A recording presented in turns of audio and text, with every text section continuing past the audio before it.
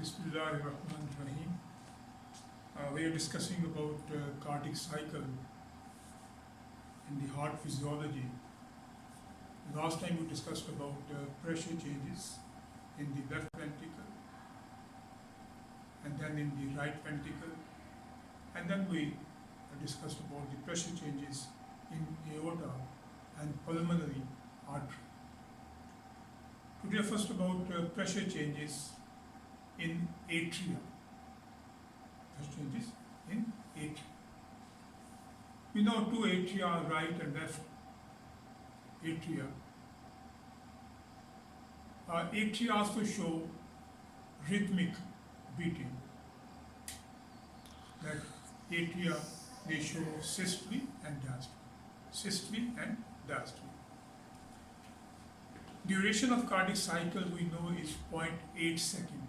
0.8 second, and in the ventricles, ventricular systole is 0.3 second, while the ventricular diastole is 0.5 second.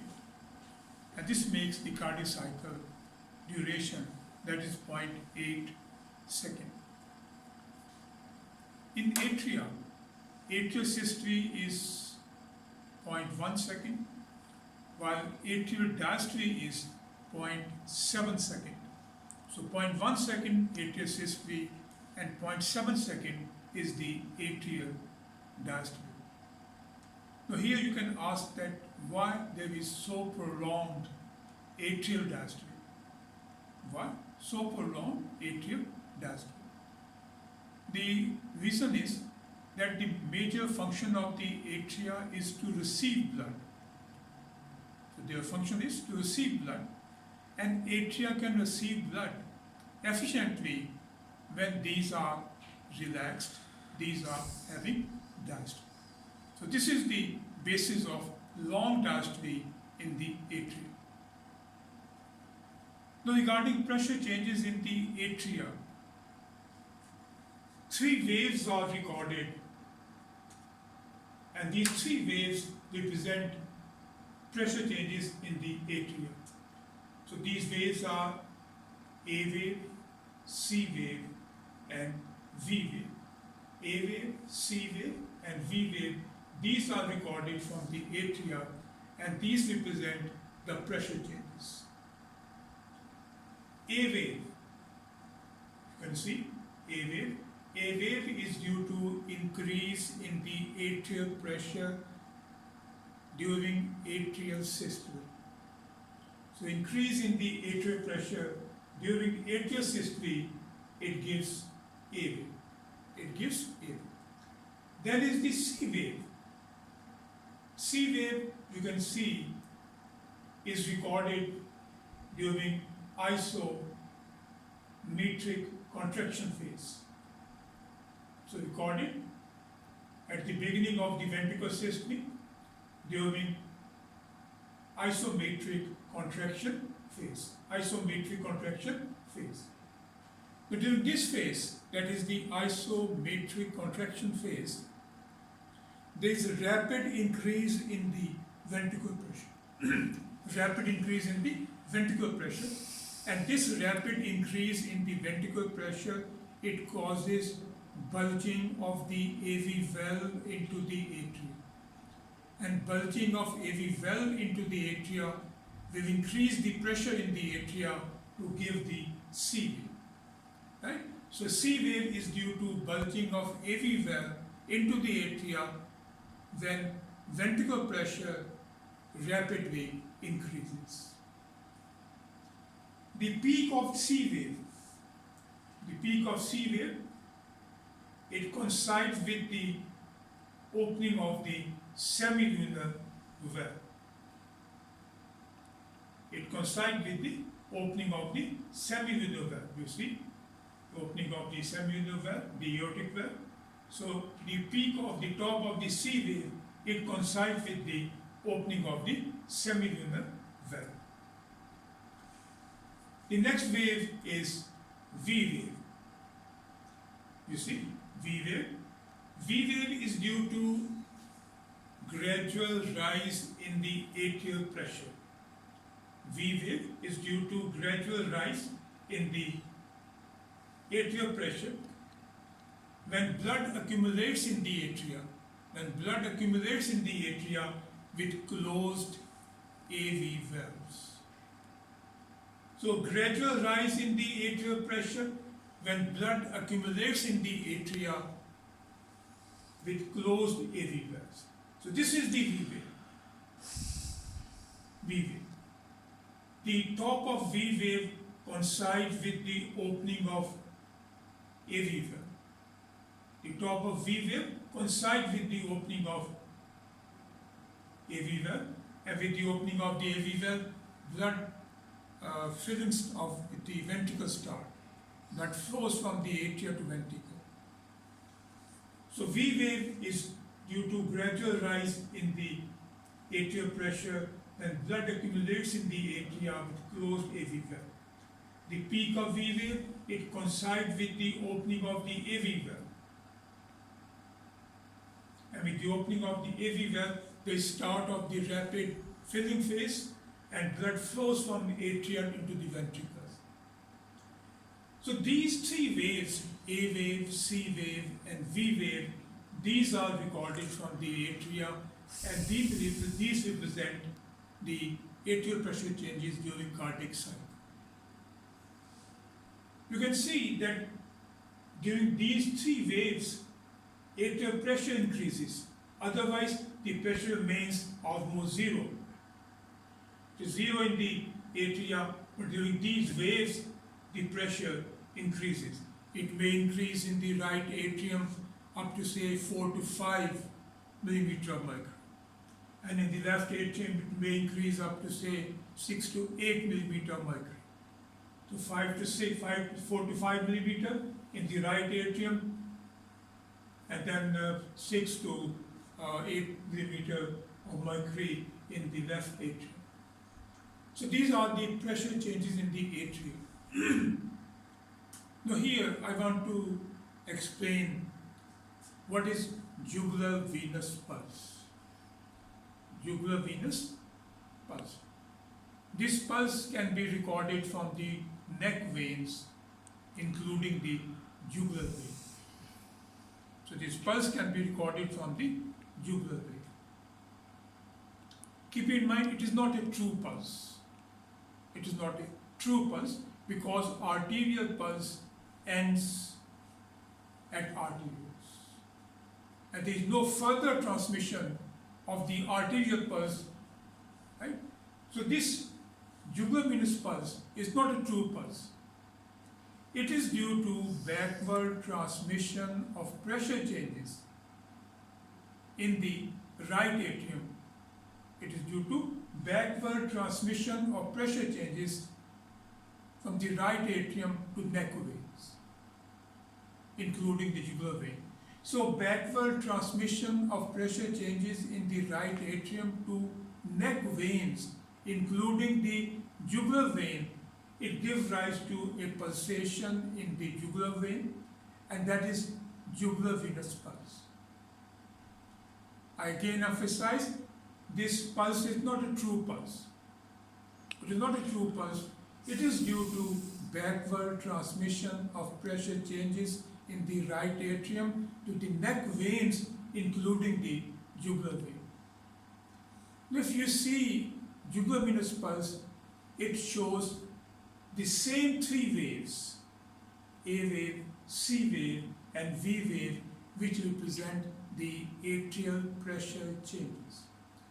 So in jugular venous pulse, the same three waves are present, which represent the atrial pressure changes, and these waves are A wave, C wave, and V wave. So this is the correlation between the atrial pressure changes and jugular venous pulse. So this was about the pressure changes in the atria. Next I discuss about volume changes in ventricle during cardiac cycle. So volume changes in the ventricle during cardiac cycle. Volume changes. We discussed the cardiac cycle in phases. say isovolemic contraction phase, ejection phase, isovolemic relaxation, rapid inflow phase, diastasis, and then atrial systole. So we discussed the pressure changes in these phases of cardiac cycle. Similarly, we discuss the volume changes in the ventricle during cardiac cycle with the help of these phases of the cardiac cycle. The first phase is isovolemic contraction phase. Isovolemic contraction phase. Now at the start of this phase, or you say at the start of the ventricular systole, at the start of the ventricular systole, when ventricle is full of blood, it contains end diastolic volume. It contains end diastolic volume. And this end diastolic volume is 120 to 130 ml. So 120 to 130 ml is the end diastolic volume. End diastolic volume. So with this end diastolic volume, now the ventricle starts systole. Ventricle starts systole. And the first phase is isovolemic contraction phase. Isovolemic contraction phase, and you see a straight line. A straight line. It shows that there is no change in the blood volume. So no change in the blood volume during isovolemic contraction phase.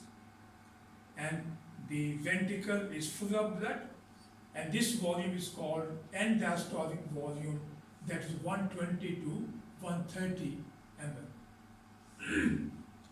Now after this, the next phase is the ejection phase. Ejection phase. Now we know during ejection phase, stroke volume is ejected out from the ventricle into the large artery, the aorta or the pulmonary artery. So during the ejection phase, stroke volume is ejected out. And stroke volume is about 70 ml. So 70 ml is ejected out during the ejection phase. 70 ml is ejected out during the ejection phase. At the end of the ejection phase, when stroke volume has been ejected out, the ventricle now contains end systolic volume that is 50 to 60 ml.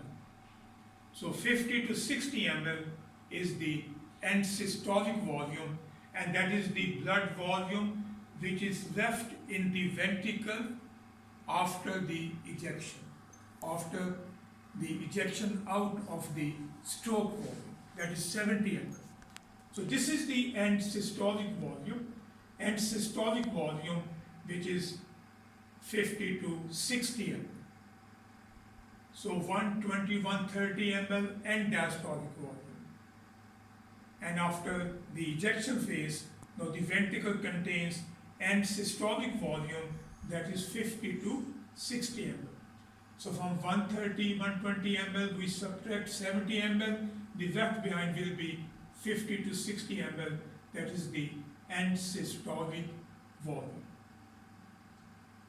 After the ejection phase, the next phase is isovolemic relaxation phase. Isovolemic relaxation phase, and you see a straight line. So a straight line representing the volume change, it shows no change in the blood volume, no change in the blood volume during isovolemic relaxation phase. So no change in the blood volume. After this phase, next phase is rapid inflow phase. Rapid filling phase or rapid inflow phase. And we discussed that in the rapid inflow phase, 2/3 of the ventricular filling occurs. So 2/3 of the ventricular filling occurs during the rapid inflow phase. So ventricle is filled two-third in the rapid inflow phase or rapid filling phase. So after this phase, next phase is diastasis. Diastasis or slow inflow phase. Diastasis or slow inflow phase in which only slight filling occurs. So slight filling occurs during the diastasis or slow inflow phase. So just slight filling. After this, the last phase is the atrial systole. The last phase is atrial systole. Atrial systole causes remaining 25% of the filling of the ventricle. Atrial systole causes remaining 25% of the filling of the ventricle. And you see, atrial systole occurs towards the end of the ventricular diastole. Atrial systole occurs towards the end of the ventricular diastole, and with the atrial systole, remaining filling of the ventricle, 25% filling, is completed. And after the atrial systole, which occurs towards the end of ventricular diastole, filling of the ventricle is completed. And now the ventricle is again ready to have next systole. So after complete filling of the ventricle, after the atrial systole, now the ventricle is ready for next systole, ready for next systole. And now it will have again the end diastolic volume, that is 120 to 130 ml. So at the end of the atrial systole, the ventricle will have end diastolic volume that 120 to 130 ml. So you must keep in mind end diastolic volume 120 to 130 ml, stroke volume 70 ml, and then end systolic volume 50 to 60 ml. And don't forget that two-thirds of the filling of the ventricle, it occurs during rapid inflow phase. Slight filling occurs in the diastasis or slow inflow phase, and remaining 25% of filling occurs during the atrial systole. And after the atrial systole, which occurs towards the end of the ventricular diastole, filling of the ventricle is completed by increasing the force of myocardial contraction. By increasing the force of myocardial contraction, stroke volume increases, and end systolic volume decreases. So by increasing the force of myocardial contraction, stroke volume increases, while end systolic volume decreases. And by increasing venous return, when you increase venous return, and diastolic volume increases by increasing the venous return. What is ejection fraction? Ejection fraction is the fraction or percentage of end diastolic volume which is ejected out during one systole. So it is the fraction or percentage of the end diastolic volume which is ejected out in one systole. In one systole, this is the ejection fraction, right? So out of 120 to 130 ml, the end diastolic volume, how much percentage is ejected out in one systole? That is the ejection fraction. And that is normally, on the average, it is 60%.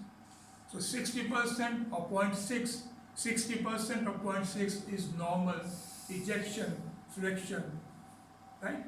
And this ejection fraction, it decreases in heart failure and myocardial disease. So in heart failure and myocardial disease, ejection fraction decreases, right? So this was about the volume changes in the ventricle during cardiac cycle. And before that, I discussed about the pressure changes in atria during cardiac cycle, right? So